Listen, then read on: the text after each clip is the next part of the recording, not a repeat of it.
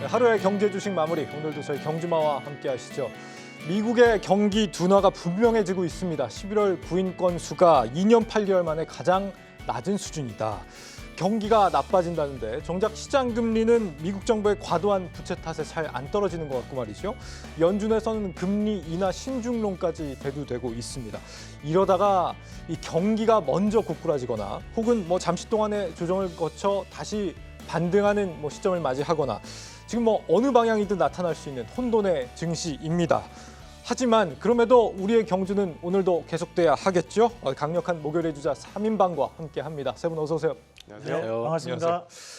네, 이 새해 첫 오거래일이 굉장히 중요하다 그랬는데 이 첫째 주 분위기가 영 안 좋아요. 첫날은 괜찮았습니다만 네. 미국 증시에 대한 영향을 받아서 이틀 연속 좀 하락하는 모습을 나타내고 있습니다. 우리가 사실 이제 증시를 올리는데 가장 큰 결정적인 역할을 했던 것이 미국의 장기 채권 금리가 낮아졌다는 부분이었고 또 미국이 금리 인하를 할 수 있다라는 그런 기대감이었는데 그런 기대감이 일부 꺾이면서 시장은 조정을 좀 나타내는 거라고 봅니다. 다만 이제 우리가 1월 달 굳이 변곡점을 좀 존재를 한다고 본다면 1월 11일 날 발표될 수 있는 미국 물가 상승률 그 부분에 대한 초점을 다시 한번 맞출 수밖에 없는 상황이라고 봐야 될 것 같고 다만 이제 현재까지에 대한 상승이 워낙 가파르게 상승을 해오다 보니까 아직까지에 대한 조정에 대한 움직임은 결국 건전한 조정에 대한 부분으로 해석을 하는 게 맞지 않나라는 말씀도 드리고 싶고 우리가 이제 금리 인하에 대한 가능성이 낮아졌다고는 얘기는 하나 79%에 71%로 낮아졌거든요. 우리가 50% 기준으로 봤을 때 여전히 금리 인하에 대한 가능성이 높은 상황이기 때문에 지금은 다시 한 번 더 반발 매수세를 좀 기대해 볼 수 있는 자리가 아닌가라는 말씀을 드리고 싶습니다. 너무 또 과열이 돼 있는 상황이기 때문에 약간의 또 조정은 또 다행스럽게도 받아들여진 부분도 조심스럽지만 있다 이런 말씀이시고 이사님 어떻게 보셨습니까 오늘? 이런 말씀 드리면은 또 욕 먹을지 모르겠는데 네. 저는 사실 조정을 좀 기다리고 있는 상황이고요. 네, 욕 먹겠는데요. 이제 왜 그 말씀을 드리냐면은 이제 네. 연말에 주가 상승폭이 굉장히 과도하게 올랐었던 거는 사실 미국도 마찬가지지만 일단 금리가 10년물 기준으로 해가지고 3.8까지 떨어지고 예.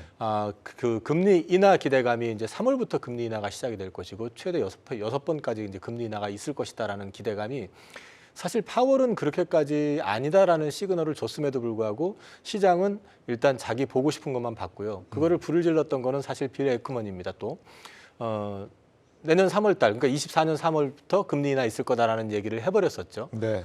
그 얘기를 하면서부터 이제 또 여타 기관들 덩달아 가지고 같이 또 3월부터 금리 인하에 대한 전망들이 많아지고 했었기 때문에 그 부분에 대한 반작용 이런 것들이 좀 나오는 과정이라고 저는 보고 있고요. 그리고 지금 이제 우리가 유념해서 봐야 될 부분 중에 하나가 뭐냐면은 연말 연초를 지나면서 작년에 가장 많이 올랐었던 건 빅세븐 종목이었었잖아요. 네. 근데 빅세븐 종목들이 작년에 그 코스랜다. 그 S&P 500에서 상승폭의 65%를 장악을 했었단 말이에요. 그리고 이익 증가율은 한 47% 정도가 증가를 했는데 올해 지금 예상하고 있는 건 한 15% 정도입니다. 그렇다고 하면 빅세븐의 어떤 주가 상승폭이라는 게 앞으로 현재 주가 수준 이상을 크게 넘어설 수 있겠느냐 하는 부분도 좀 생각을 해볼 필요가 있다라는 거. 그런 맥락에서 봤을 때 그래서 12월 한 중순 넘어서부터는 그 러셀 2000 쪽, 그러니까 중소형주 개별주 쪽에서 크게 많이 움직였었던 거거든요. 네. 그런 순환매가 좀 일단락되는 어떤 과정이 좀 있는 것이 아니냐라고 저는 생각을 하고 있고요. 그리고 추가적으로 상승을 하기 위해서는 에너지가 한번 분출이 되면은 좀 쉬어가는 그림이 나와야 된다고 저는 보고 있습니다. 그래서 저는 조심스럽지만은 계속 말씀드리고 있는 거는 올해 연중 최저점은 1분기가 될 가능성이 높다. 그 급락을 한다는 얘기가 아니고요. 그래서 조정이 좀 나와주면은 그 시점을 이용해서 2분기, 3분기를 대비해야 된다라고 저는 생각을 하고 있기 때문에 지금부터 조정이다라는 말씀을 드리는 건 아니지만 일단 고점에 대한 부분들은 단기적인 보여진 상태라고 보여지고 여기서 이제 당분간은 박스권을 좀 유지하다가 저는 오히려 1분기 말 후반부쯤 돼서부터 오히려 금리 인하에 대한 기대감이 꺾인다든지 이러면서 주가가 한 번 정도 다시 2,500 초반까지는 눌릴 가능성이 있다. 그렇게 보고 있습니다. 네, 당분간은 박스권 말씀을 주셨어요. 기관들이 대거 오늘은 좀 순매도한 것 같고 보니까 반도체, 2차 전지, 자동차, 셀트리온까지 시총 상위주들 전반적으로 부진하더라고요. 네. 그러니까 지금 수급의 움직임도 사실 이제 조정의 빌미를 제공하고 있죠. 기관 같은 경우는 이제 연말에 많이 담았던 거는 사실 배당 노리고 들어왔던 물량들이 지금 소화되는 과정 중에 있다라고 볼 수 있는 거고. 네. 외국인 같은 경우도 연말에 뭐 이제 선물 쪽에서 이제 뭐 10만 계약 이렇게 매수가 들어왔었는데 뭐 일부 롤오버 되는 물량 빼고는 이제 소화가 돼야 되는 과정이거든요. 이제 그런 과정 중에 지금 조정이 일어나고 있다라고 볼 수 있고요. 수급 측면에서는 역시 이제 투자 심리 측면에서는 한 템포 쉬어갈 때가 됐는데 만약에 이 건전한 조정이라는 측면에서 본다면 연준 의사록이 좋은 빌미를 제공한 것 아닌가라는 생각이 들고 어쨌든 그 미국 같은 경우는 이제 애플 실적이 피크아웃 논란이 나왔잖아요. 그리고 이제 애플에 대한 뭐 투자 그 어떤 평가라든지 이런 것들이 이제 하향 조정되면서 애플을 필두로 한 기술주들의 투자 심리가 많이 꺾였고 사실 애플 실적은 우리한테도 영향이 있는 건 삼성이나 하이닉스나 뭐 LG 계열사들까지 전부 다 영향을 미치는 부분이기 때문에 네. 우리한테까지도 이제 사실 2차, 3차 영향을 미쳤다라고 보여지고 반도체나 2차 전지의 조정은 사실 아직까지는 건전한 조정이 아닌가. 뭐 삼성도 작년에만 40% 넘게 올랐고 하이닉스도 80% 넘게 오른 상태에서 어느 정도는 조정을 받아야 삼보 전지를 위한 일부 후퇴가 가능한 것 아니겠습니까? 네. 2차 전지는 작년과 좀 다른 양상은 2차 전지의 투자 심리가 전체적으로 다 한쪽으로 매몰됐다가 또 좋았다 이랬다면 지금은 약간 종목별 장세라는 어떤 움직임도 보이고요. 코스닥 쪽 2차 전지 오늘 괜찮았거든요. 그렇죠. 예. 저는 그래서 이거에 대한 뭐 우리 시장만 놓고 본다면 이제 전환점의 계기가 될 거는 이제 곧 삼성전자 실적, 잠정 실적 발표가 예정돼 있는데 여기에 반도체 부분의 적자 폭을 얼마나 줄일 것이냐 이런 것들이 이제 바닥 확인이 명확하게 된다라면 다시 한번 주가는 또 상승 탄력을 받을 수 있는 기회를 마련할 수 있지 않을까 이런 생각 갖게 됩니다. 이게 연초부터 지금 하락을 하다 보니까 좀 싸게 살 수 있는 기회라고 인식을 하신 건지 개인 투자자분들이 꽤 많이 매수를 들어가신 것 같은데 순매수를요? 들어가신 시차에 따라서 작년에 이미 이제 수익을 많이 보신 분들은 뭐 이번 연초에 어느 정도의 조정을 예상하셨다면 일부는 이제 차익 회수를 해서 좀 담아두고 한 템포 쉬었다가 다시 들어갈 타이밍을 보는 그런 분들도 상당히 개인 입장에서는 네. 많다라고 생각을 해요.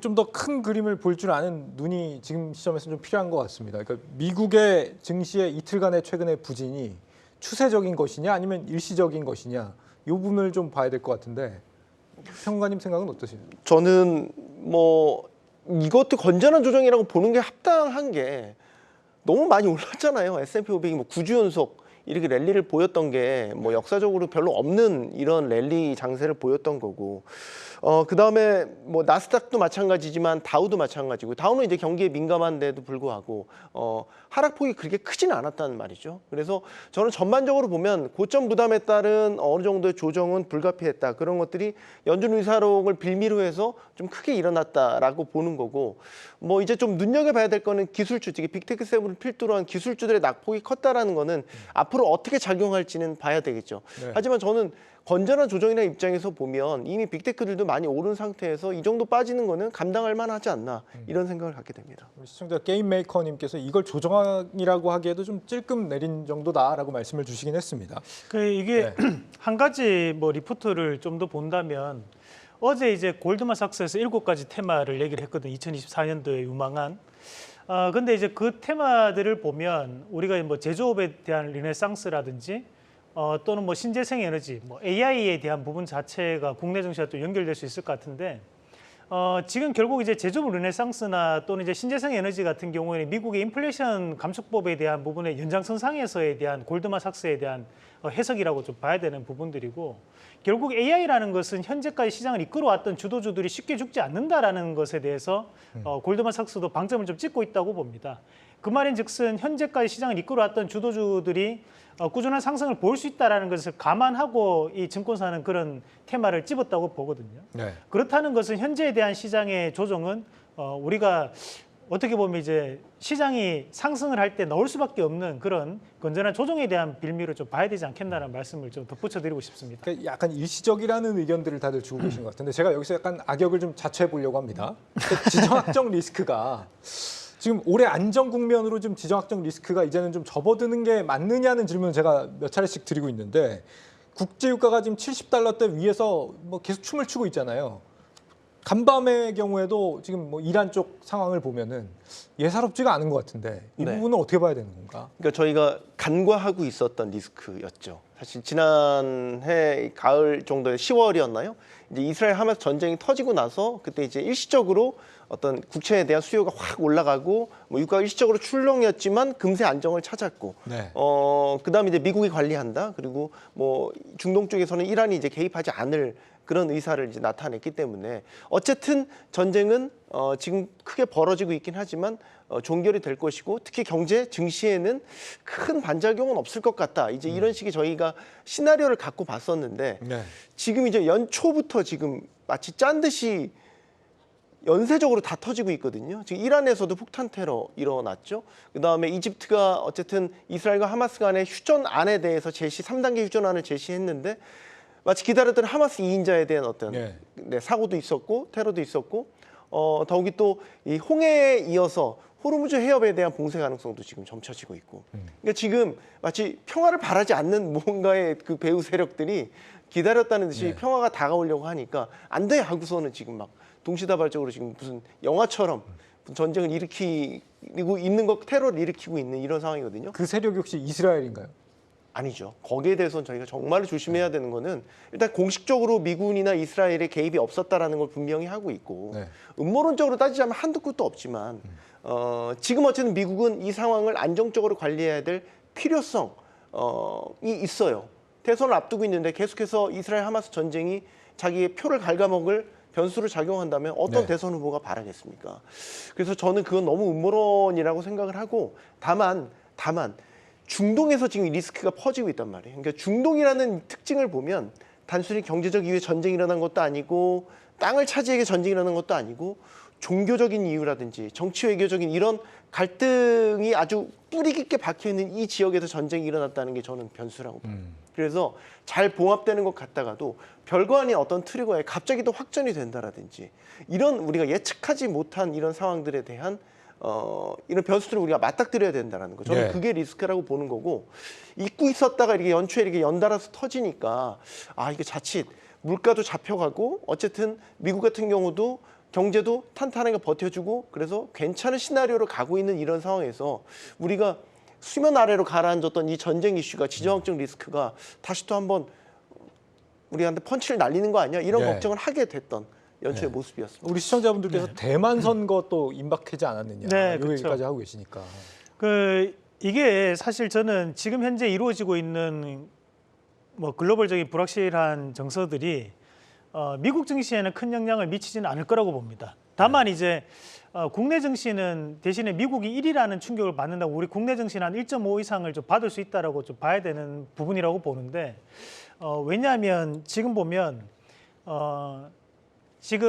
중동 쪽에서에 대한 전쟁 확전이 이루어지는 곳이 보면 우리가 호르무즈 해협뿐만이 아니라 최근에 이제 홍해 쪽이거든요. 근데 이제 홍해를 타고 올라가면 거기의 위치가 이제 수에즈 운하입니다. 네. 그런데 우리나라 입장에서 봐야 되는 것은 결국 이제 유럽 수출에 대한 부분을 좀 판단을 한번 해볼 필요가 있다는 거죠. 그럼 이제 유럽 수출에 대한 부분 자체의 길이 상당 부분 돌아와서 가야 되는 상황들도 발생할 수 있기 때문에 이런 홍해에 대한 확전은 우리가 좀 더 눈여겨봐야 되는 부분이고 그래서 네. 오늘 시장에서도 보면 해운 관련주들이 대단한 상승세를 좀 보였거든요. 네. 그건 이런 상승들이 일시적인 상승은 아니라고 저는 보는 입장인 거고요. 마찬가지로 이제 우리가 전 세계적으로 보면 운하가 한 개 더 있는 게 이제 파나마 운하입니다. 예. 근데 파나마 운하 같은 경우는 최근에 이제 가뭄 때문에 또 거기도 또 운임비가 상당히 올랐습니다. 그래요.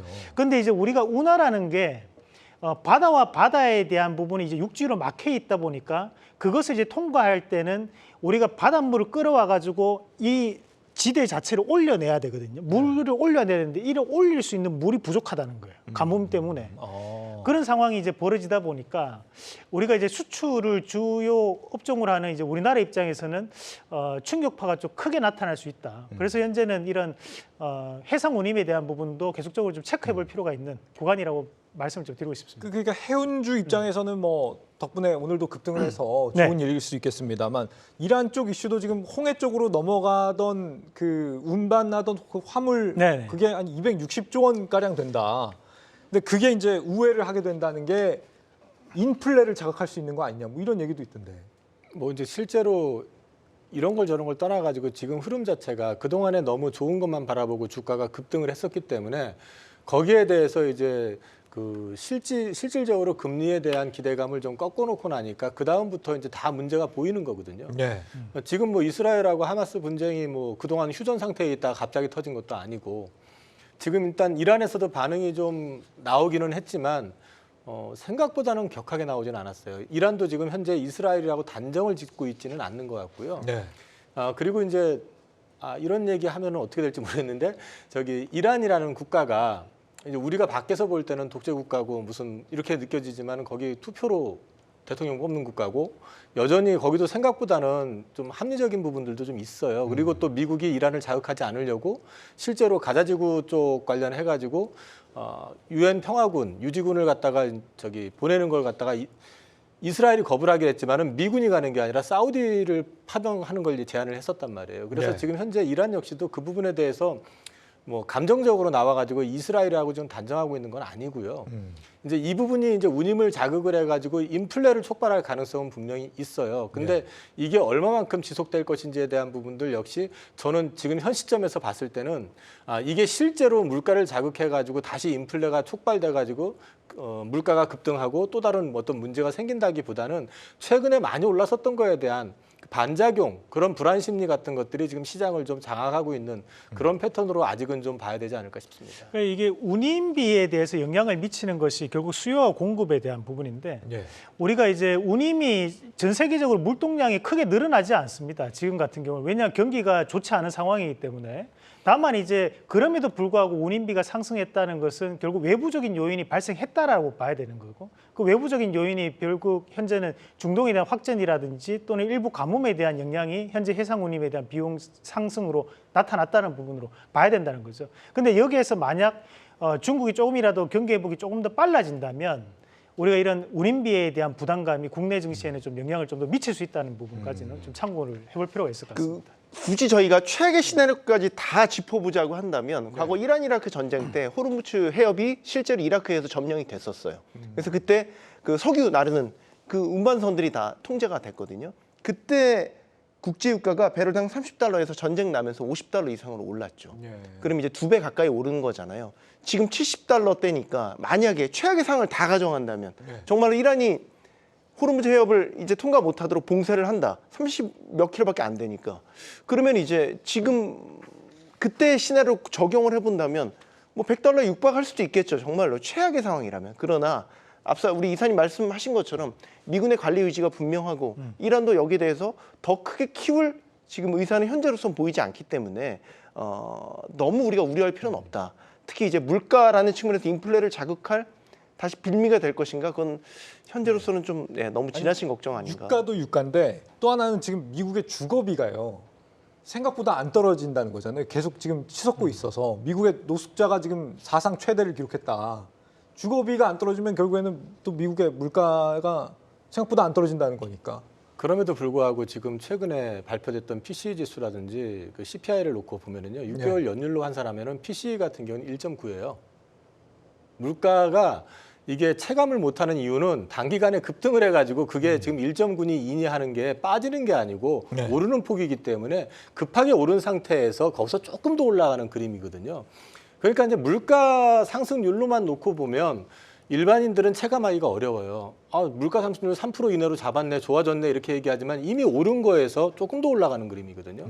그러니까 이제 이 부분에 대해서 지금 이제 말씀하신 것처럼 주거비라든지 이런 것들이 안 떨어진다. 떨어지면 물가는 더 급하게 빠지겠지만 안 떨어진다고 해가지고 물가 상승률이 뭐 다시 급등을 한다 이런 개념하고는 조금 다른 거니까 약간은 좀 다르게 보실 필요는 있습니다. 물가의 급등 우려보다도 생각보다 안 떨어지면은 금리 인하의 속도가 매우 늦어질 수도 있겠다는 거에 대한 우려가 좀. 그러니까 앵커님 말씀에 끈적끈적한 인플레이션에 대한 우려, 뭐 이 얘기를 지금 하시는 것 같은데 이제 미국에서 물가를 구성하는 품목 중에서 주요로 보는 게 자동차 가격과 말씀 이제 주거비에 대한 부분인 거죠.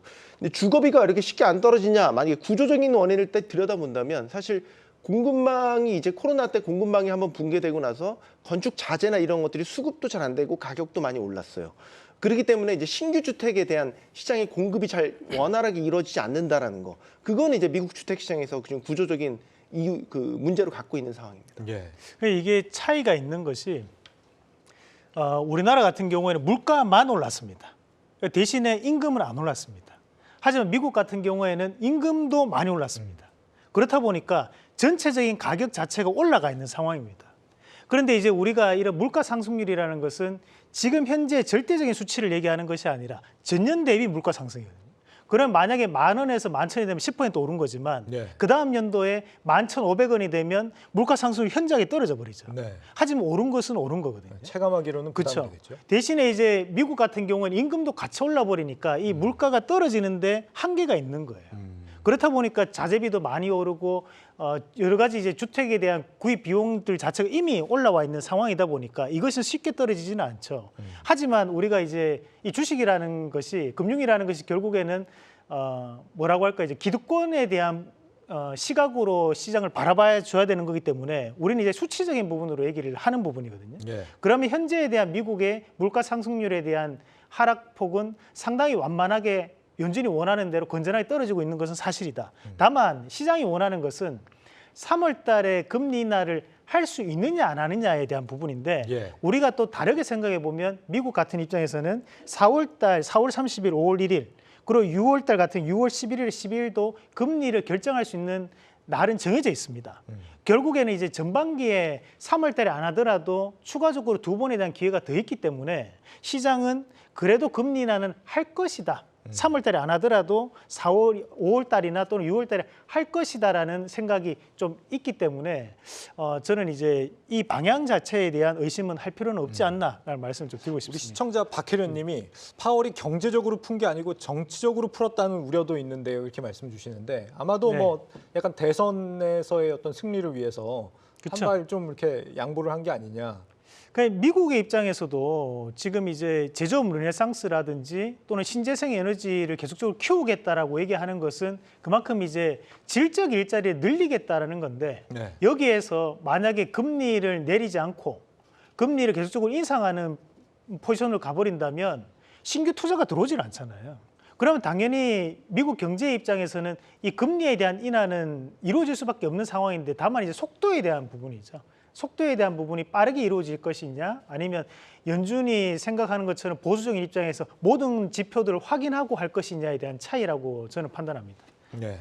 저희가 연준 회의록에 대해서 너무 나쁘게만 포커스를 맞춰서 보는데 사실 금리를 내려야 될 필요성을 연준 위원들이 공감한 거를 의사록에서 확인했잖아요. 네. 다만 이제 시기가 불확실하다라는 거에 대해서 시장이 실망을 하는 거지만 그거 말고 어쨌든 의사록에서 어쨌든 연준 대다수 위원들이 금리가 고점에 와 있고 뭐 인하에 대한 필요성이 다 공감하고 있다는 거를 확인한 거는 상당히 긍정적인 거고 또 하나 대차 대조표 축소에 대한 논의도 시작해야 된다. 그러니까 그걸 이제 다시 바꾸는 방향에 대해서 논의를 해야 된다라고 하는 거는 지금 올해 증시 랠리의 걸림돌이 될 수 있는 게 연준이 어쨌든 시중의 유동성을 계속 줄여왔기 때문에 네. 시중에 자금이 메말라서 증시가 많이 뛰지 않을 가능성이 있다라는 걸 이제 월가 전문가들이 지적했던 거거든요. 그런 부분들에 대한 방향 전환을 지금 의사록에서 하겠다라고 드러났잖아요. 사실 저는 긍정적으로 볼 부분도 많은데 너무 시기에 대한 집착만 지금 시장의 포커스를 맞춰서 예. 나쁘게만 해석을 하는 것 같아요. 이게 예. 신뢰에 대한 문제인데 결국은 이미 파월도 얘기를 할 때 앞서 이제 정치적인 거 아니냐라고 이제 의심을 할 수 있었던 이유 중에 하나가 파월이 계속 경고를 하다가 갑자기 말을 바꿔버렸어요. 네. 근데 그 중간에 그 옐런 재무장관이 뜬금없이 갑자기 금리 거의 정점 왔다, 물가 잡히는 것 같다, 뭐 이런 식으로 얘기를 하고 난 다음에 바로 스탠스를 바꿔버리면서 그렇죠. 이제 얘기가 된 거잖아요. 그러니까 그렇게 따라하는 거 아니냐라고 이제 보는 건데 이거를 물론 그렇게 볼 수도 있을 것 같아요. 이분이 원래 오리지널 경제학자 출신은 아니기 때문에 그렇지만 실제로 내용을 보게 되면 물가가 잡히는 어떤 과정이라든지 여러 가지 제반적인 변수를 놓고 봤을 때 반드시 그렇게만 또 단정할 수 없는 게 공화당원이잖아요. 또 뭐 트럼프하고 관계 여부를 떠나가지고 이런 부분들까지 감안해서 보실 필요는 있고요. 그다음에 이제 이 물가 관련해 가지고는 방금 우리 평론가님 말씀하셨던 내용 뭐 QT 관련된 얘기도 있고 그런데 사실 이 경고에 대한 부분들 시장이 과하게 지금 반응하고 있다는 거는 연준에서 비둘기 중에 비둘기인 굴스비조차도 금리 인하에 대해서 너무 성급하게 생각하고 있다는 얘기를 계속 해왔었어요. 12월 달에. 네. 근데 시장이 그거를 외면하고 그건 됐고 금리 내린다잖아 하면서 이제 그냥 쭉 밀고 나갔었던 거기 때문에 지금의 흐름은 거기에 대한 반작용으로 지금 자연스럽게 나타나는 거라 저는 그렇게 봅니다. 예. 뭐 의견들이 뭐 여러 의견들을 주셨는데, 그러니까 이런 걱정들을 자꾸 제가 제기를 하면서 악역을 자처하는 이유가요. 역대 경기 침체 조정장이 왔을 때 한 번도 예고하고 온 적은 없다는 거죠. 뭔가 우리가 다 예측할 수 있는 범위 내에서 갑자기 조정장이 막 찾아온 게 아니었고, 항상 그 조정장이 오기 전에는 경기가 좋다는 얘기들이 막 시장에 막 나돌 때 갑자기 확 꺾이는 상황들을 맞이하기 때문에 지금 상황에서 우리가 마음 편하게 투자를 과연 할 수 있느냐 하면은 꼭 그렇게 마음 편하게 투자할 수 있는 상황인 것도 아닌 것 같다는 생각이 들어서, 그렇다면 지금 시점에서 우리 1월을 좀 어떻게 우리가 겪어야 되느냐, 어떻게 나아야 되느냐, 이사님 조언을 좀 듣고 넘어가 보죠. 저는 좀 급하게 과하게 오른다고 생각을 했었기 때문에 연말 연초 돼 가지고 주식을 늘린 건 없어요. 네. 좀 오히려 주식을 좀 줄여나가는 상황이었었고, 이렇게 하니까 주식 잘한 것 같지만 그렇지도 않아요. 손해도 많이 봤는데, 근데 이제 제가 지금 생각하고 있는 거는 네. 과하게 뭐든지 과하게 반응을 하게 되면은 그 반작용이 항상 반드시 나타난다라는 거죠. 근데 저는 작년 11월 이후에 주가 상승의 흐름이 특히 12월 달 후반부 들어가면서 이제 주가가 올랐었던 부분들은 굉장히 급하게 올랐다. 미국도 그렇고 한국도 그렇고 이런 부분들에 대해서는 속도 조절이라는 게 결국은 조정이라는 얘기인 거고, 그 숨고르기가 반드시 필요한 시점이기 때문에 지금은 어느 정도는 좀 시장에 대해서 너무 욕심을 내지 마시고 이 장이 얼마만큼 좀 안정이 되고 어느 시점에서 안착이 되는지를 좀 살펴보실 필요가 있다라는 거고, 그게 결국은 금리에 대한 그 과한 기대감이 좀 꺾여지고 한풀 꺾이는 어떤 그림이 나와줄 것이고, 그 다음에 제가 지금 요번에 24년도 증권 증시 전망을 할 때 보면은 지금 그 증권사에서 지금 평균적으로 예상하고 있는 게 코스피가 순이익 기준으로 해가지고 265조인가 그렇게 예상을 하고 있거든요. 그런데 작년에 지금 예상되는 순이익이 168조거든요. 그럼 한 60% 이상을 지금 더 성장할 걸로 예상을 하고 있는데, 그 성장의 예상폭을 보게 되면 다들 아시지만 삼성전자하고 하이닉스가 뭐 적자잖아요. 삼성전자는 흑자긴 하지만 그 흑자라고 할 수 없는. 근데 지금 올해 예상하는 거 보면 삼성전자 흑자폭이 많이 보는 데는 영업이익 기준으로 40조 이상을 보고 있더란 말이에요. 예. 그러면 결국은 대부분이 반도체에서 이제 커버를 해준다고 이제 기대를 하고 있는 건데, 반도체가 살아나려면은 우리는 주가 이제 메모리 아닙니까? 그럼 결국 중국 경제가 살아나야 돼요. 메모리 쪽에 어떤 수요의 거의 한 40%에서 50% 이상이 다 중국에서 사용을 하고 있단 말이죠. 네. 그러면 중국 경제가 살아나는 게 눈에 보였을 때 그 숫자도 의미가 있는 건데, 사실 지금 보시면은 중국에 대해서 물론 부양책이 또 나오고 하겠지만 부양책이 곧 메모리 칩이 활성화되고 그 수요가 크게 늘어나고 이런 건 아니잖아요. 그러니까 이런 부분들이 좀 과한 기대감이 좀 일정 부분은 조금 사그라드는 그런 시간이 조금 필요하다. 개인적으로는 앞서도 말씀드렸지만 1분기가 올해 연중 저점일 거라고 저는 생각을 하고 있고, 여전히 증시에 대해서는 긍정적으로 보고 있지만은 지금은 좀 너무 앞질러 온 것에 대해서 조금 숨고르기를 해야 될 시점이기 때문에 거기에 맞춰서 포트폴리오를 보시는 게 어떨까 싶습니다.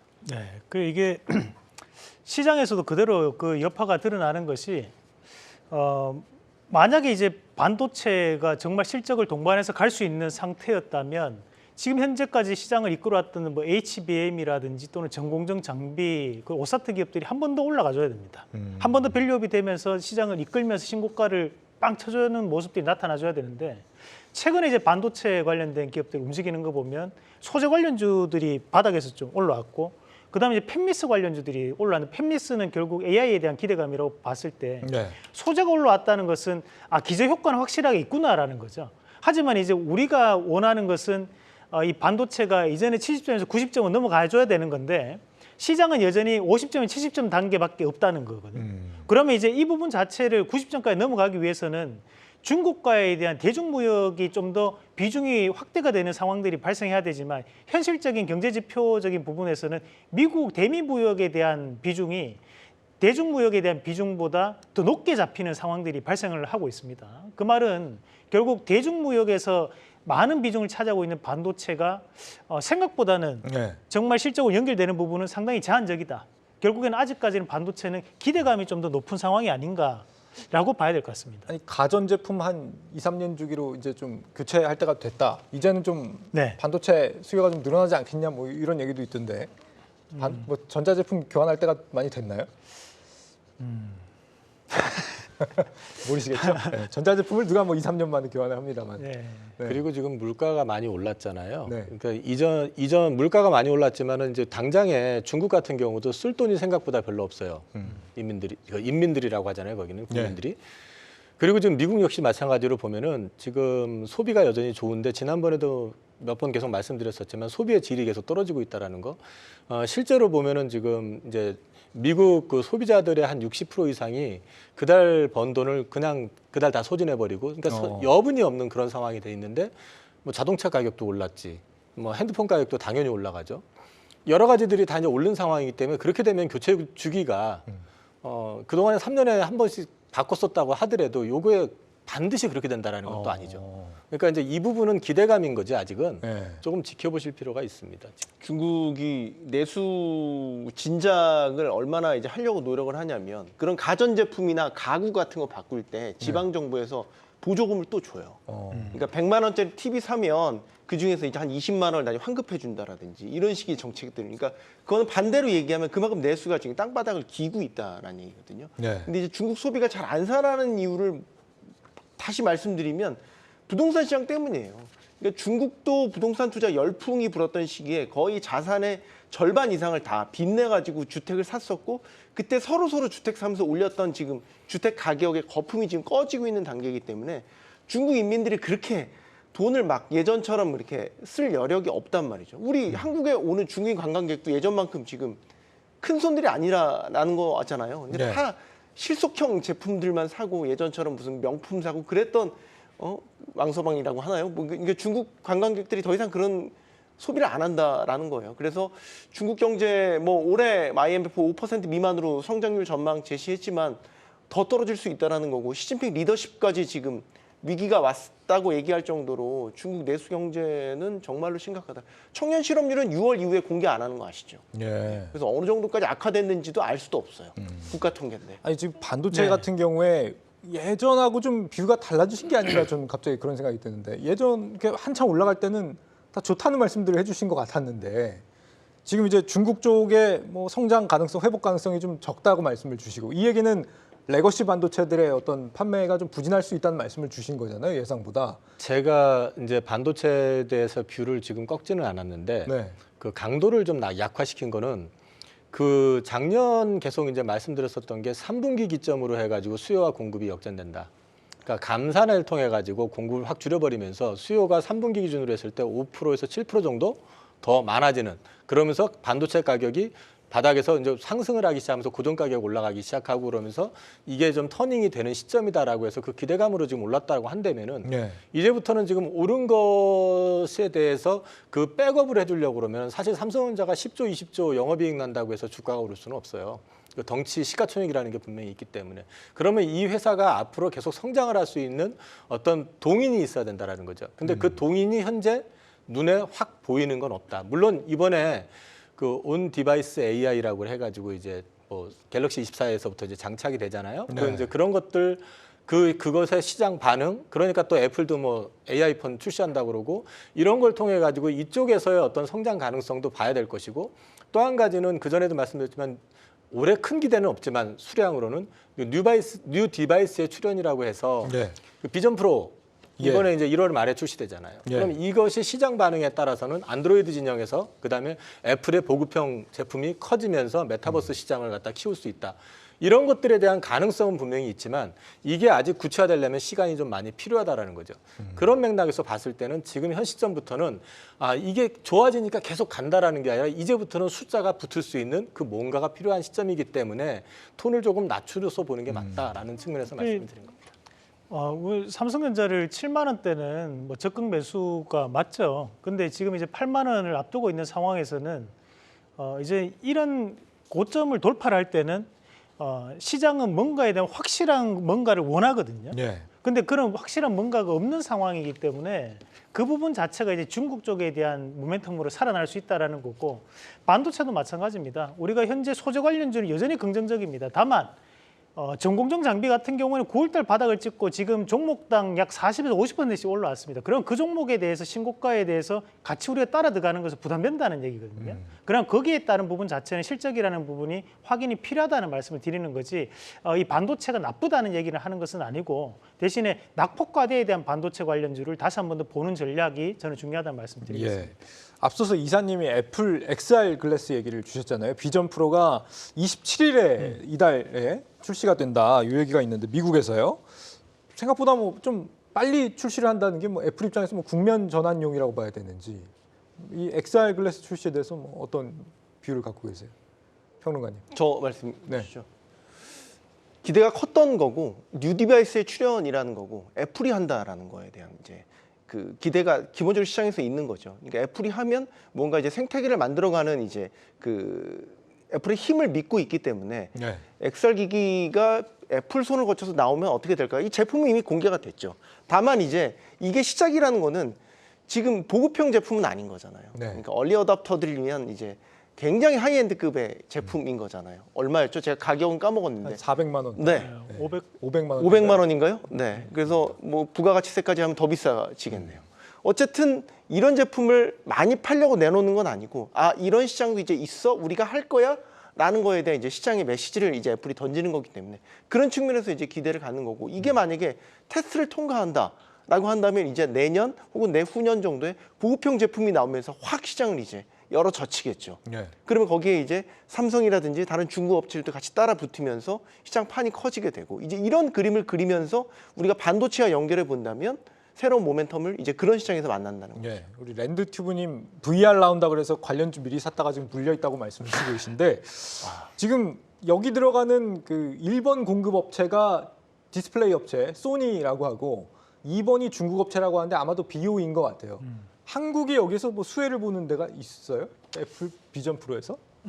과거에 이제 2023년도 2월 달에 그 더구전자라는 기업이 신설을 한번 했었습니다. 더구전자요? 네, 신설을 한번 했었는데 네. 우리가 이 기업이 보면 이제 애플의 2차 밴드라고 알려져 있거든요. 그래서 보면 이제 LG 노텍에 납품을 하는 기업이고 뭐 시중에 알려져 있는 바로는 이제 카메라 모듈에 들어가는 부품을 납품하는 기업이라고 하는데 사실 이제 아시겠지만 우리가 증설이라는 표현은 기존 사업에 대한 부분을 증설한다라는 얘기를 하는 거고 신설이라는 것은 새로운 것을 뭔가를 받았다, 거래를 받았다라는 뜻으로 받아들여야 되는데 네. 그 이후로 주가가 상당 부분 빠졌고 최근에 이제 주가가 한번 급등하는 모습들이 나타났었습니다.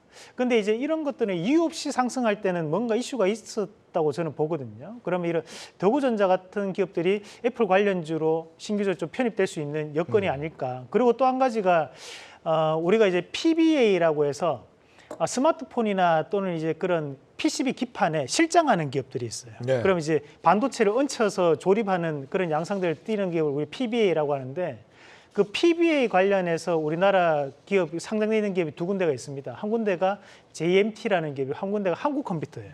그러니까 이 두 군데 다 애플과 관련되어 있는 기업인데 JMT는 이제 시가총액이 한 700억 정도 되니까 우리 개인 투자분들이 접근하기 조금 어려운 거고 네. 한국컴퓨터 같은 경우에도 시가총액이 한 1,000억에서 1,500억 사이입니다. 그러니까 그런 것들이 이제 개별적인 부분으로 우리가 한번 보면 어떨까? 뭐 사실 이제 우리가 직접적인 애플과에 대한 관계적인 부분이라고 했을 때 관련되는 기업이 과거에는 뭐 PCB 관련해서 뭐 BH라든지 또는 뭐 LG노텍, LG 디스플레이 이런 기업들을 얘기를 많이 했던 거고 네. 또 신규적으로 뭐 개별적으로 본다면 제가 말씀드렸던 기업들도 있다는 것까지 좀 알고 계시면 좋을 것 같습니다. 애플 입장에서는 비전 프로가 또 중요한 건 어쨌든 아이폰이 비전 프로든 맥이든 아이패드든 허브 역할을 하게 될 텐데 지금 아이폰에 대한 그 판매력 약화가 지금 그 주가 하향이라든지 다 빌미가 됐잖아요. 네. 바클레이스도 그런 이유를 들어서 이제 투자 등급도 낮췄고 투자 의견도 이제 보수적으로 제시를 한 거니까.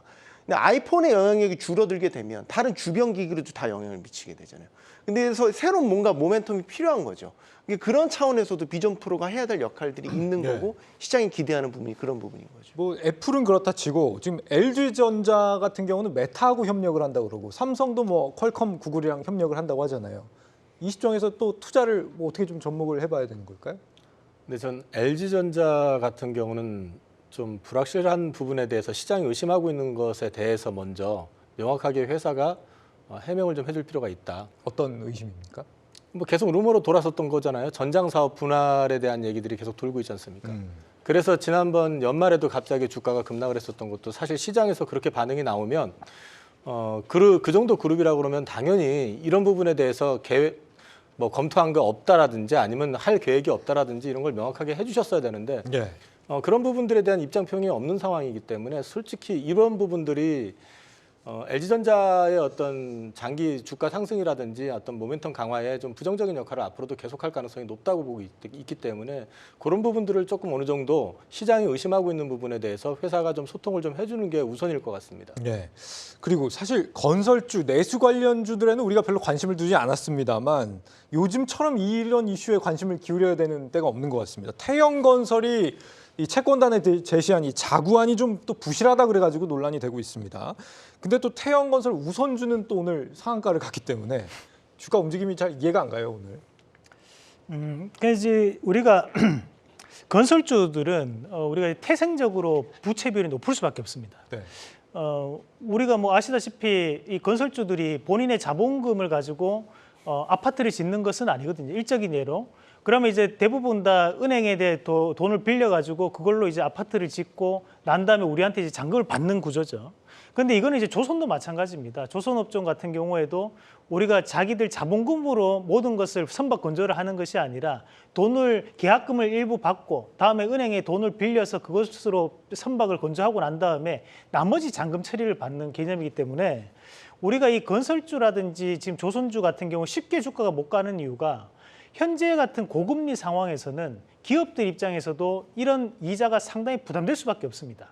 그러면 이제 이런 이자 자체를 타개하기 위해서는 결국 금리라는 부분이 낮아진다거나 또는 이제 통화량에 대한 증가가 이루어져야 되는데 현재 국내 증시 그럴 수 있는 상황은 아니라고 봐야 되거든요. 네. 그러면 생각보다는 이런 뭐랄까요, 미국이 금리 인하가 이루어지더라도 국내 고금리적인 상황 자체는 상당 부분 저는 이어질 수 있다고 보는 입장이기 때문에 당분간은 우리가 이런 쪽은 좀 비중을 좀 조절을 할 필요가 있지 않나라는 말씀 좀 드리고 싶습니다. 지금 SBS 지분이라든지 좀 알짜 사업들을 내놓으라고 이복형 금감원장이 오늘 좀 강하게 압박을 한 것 같은데 이번 주말에는 어떻게든 좀 가르마가 좀 타질 것 같은 상황인데 SBS에 계셨잖아요. 네. 이런 관계는 없습니다만 어떤 예. 방향으로 흘러갈 거라고 보세요, 평론가님? 11일이 이제 1차 채권단 협의회고 그 자리에서 75% 이상 동의를 얻으려면 지금 현재로서는 무언가 추가적인 플러스 알파를 내놔야 되는 게 태영그룹 측 입장이니까 거기에는 이제 윤 회장을 비롯한 이제 사주 일가의 어떤 사지 출연 어느 정도 될 건지 거기에 더하기 태영그룹의 전체 핵심 계열사인 SBS의 지분 매각이 가능한지 이제 이게 긍정도 아니고 부정도 아닌 이제 애매모호한 입장을 내놨잖아요. 네. 지상파기 때문에 법적 제한 조건들이 많지만 방법론적 측면에서 다양한 방안을 검토하고 있다. 이건 긍정도 아니고 부정도 아니란 말이에요. 그래서 하나의 안이 될 수는 있겠지만 가능성은 낮게 보고 있는 거죠. 그러면 어쨌든 채권단이 어떤 그 회생안에 대한 진정성을 의심하지 않으려면 SBS 지분 매각과 같은 강력한 카드가 필요한데 그럼 그걸 대체할 무언가 다른 걸 내놓거나 정말 전격적으로 SBS 일부 지분 매각을 선언할 수도 있는 거고 그거는 현재로서는 사실 너무나 불확실성이 크기 때문에 알 수는 없는 건데 중요한 건 태영건설도 법정 관리로 가고 싶어 하지 않을 겁니다. 당연한 거죠. 그거는 워크아웃 정도에서 끝나야 나중에 정상화의 시간도 빠르고 출혈도 크지 않고요. 다른 2차, 3차 협력사나 뭐 수분양자들에 대한 피해도 없고요. 그렇기 때문에 어떠한 노력을 기울일 거다. 그리고 더 하나 태영건설 주가가 그때 이제 채권단 설명회 많이 올랐잖아요. 네. 대마불사에 대한 믿음이 여전히 있는 거거든요. 우리는. 그러니까 뭐 바둑에서 이제 대마는 쉽게 죽지 않는다라는 네. 믿음. 그래서 뭐 시공순위가 16위 정도면 뭐 아주 탑 건설사는 아니지만 그렇게 작지도 않은 건설사거든요. 그러니까 중견, 중상위 건설사 정도 보는데 태영건설사 정도 되는 데를 무너지게 놔두겠어라는 어떤 투자자들 사이에 막연한 믿음이 있는 것 같기는 한데 채권단의 반응은 영 신통치 않고 싸늘하기만 하기 때문에 저는 굳이 지금 건설주 이런들의 살얼음판 위를 걷고 있는 건설주들에 굳이 담을 필요가 있을까 의구심은 분명히 있습니다. 네.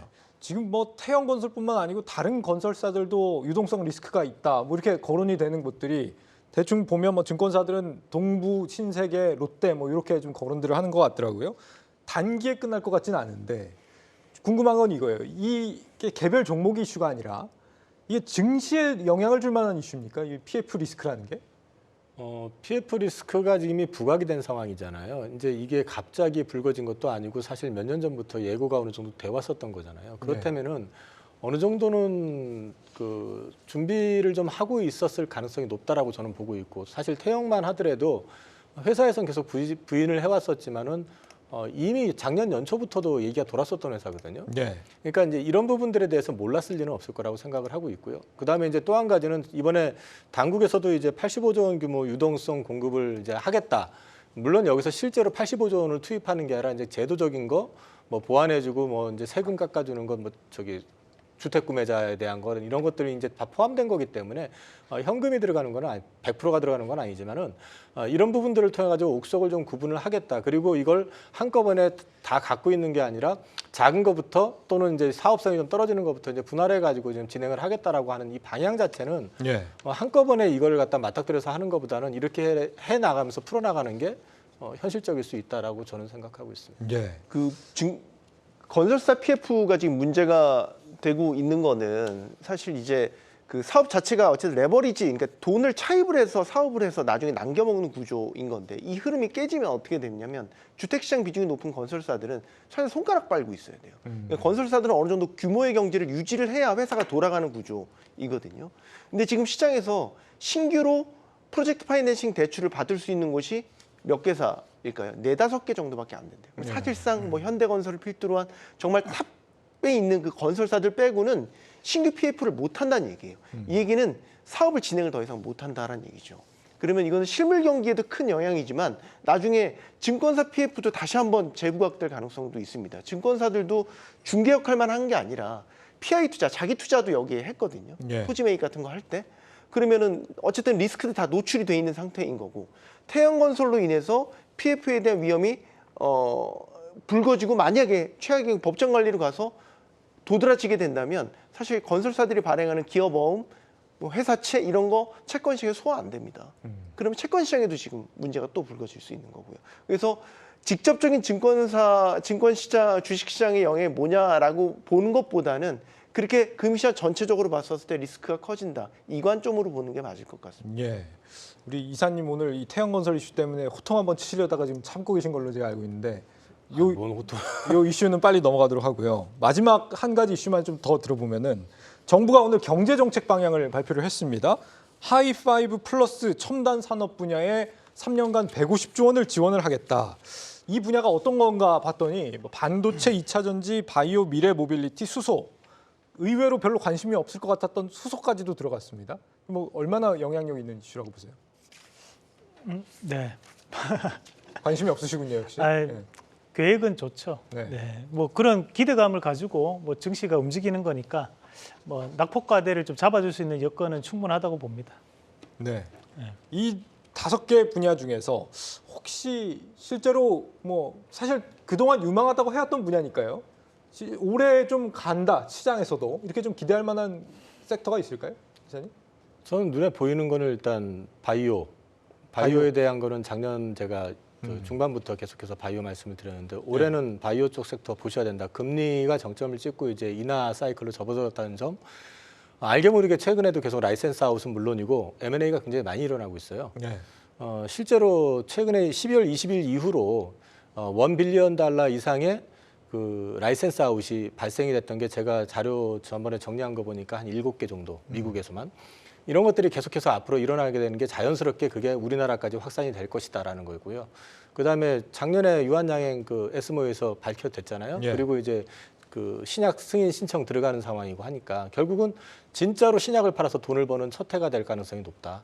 그런 맥락에서 봤을 땐 바이오 쪽은 앞으로도 계속 보셔도 될 것 같습니다. 예. 바이오. 실제 뭐 올해 굉장히 기대감이 크다고 하죠. 뭐 지난해에도 FDA 신약 승인 건수가 50%가 급증했다고 하니까 올해 뭐 상당히 기대를 많이들 하시는 것 같습니다. 바이오는 근데 사실 주가에 투자자들의 관심을 끌 만한 이벤트들이 계속 있잖아요. 셀트리온도 합병 상장 뭐 예정돼 있고, 그다음에 뭐 JP모건 그 헬스케어 컨퍼런스에서도 뭐 이제 셀트리온도 이제 메인 발표자로 들어가 있고, 우리 기업들 많이 들어가지 않습니까? 제약사들 많이 들어가지 않습니까? 그래서 투자 심리를 참 끌어올릴 모멘텀들이 계속 줄지어 있다라는 건 좀 호재인 것 같고, 예. 뭐 저는 이제 뭐 업계에서는 이제 삼성바이오로직스 같은 경우는 계속해서 뭐 이게 업황이 좋든 안 좋든 코로나 특수든 아니든 계속해서 실적 성장이 꾸준하게 지긋하게 뚝배기처럼 이어지고 있잖아요. 그리고 이제 지금 그 생산 캐파도 점차 계속해서 확대되고 있고, 그럼 정말 CDMO 분야에서 정말 삼성의 초격차 전략이 실현되는 것도 곧 바라볼 수 있을 것 같고, 올해 하여간에 제약바이오 쪽은 아주 흥미롭게 바라볼 섹터라고 생각합니다. 딱 한마디만 할게요. 네, 짧게 부탁드립니다. 예, 저기 작년 올해 들어오면서 제가 어저께 다른 매체에서 그 얘기를 했는데 전체적으로 바이오 섹터도 한 바퀴 순환이 다 돌았어요. 그러니까 쫓아서 사시라는 말씀이 아니라 1분기 중에 조정이 나오면 좀 싸게 사실 전략을 가지고 접근하시는 게 좋을 것 같습니다. 조정이 나오면 싸게 사라. 알겠습니다. 오늘 한 코스닥 상장사가 이 때 아닌 분식회계 루머 탓에 주가가 장중 한때 20%나 급락하는 사태가 있었습니다. 사실 더 크고 무도한 가짜 뉴스가 연초부터 빗발치고 있죠. 피로감을 이루 말할 수가 없습니다. 언론 기사도 사실 잘 믿지 못하는 시대 아니겠습니까? 하물며 SNS, 메신저, 그리고 텔레그램에서 나오는 정보들 그대로 믿으면 위험하다는 점 유념하시면 좋을 것 같습니다. 올해 아직 3거래일밖에 안 지났습니다. 지치지 마십시오. 진짜 경주는 지금부터입니다. 고맙습니다.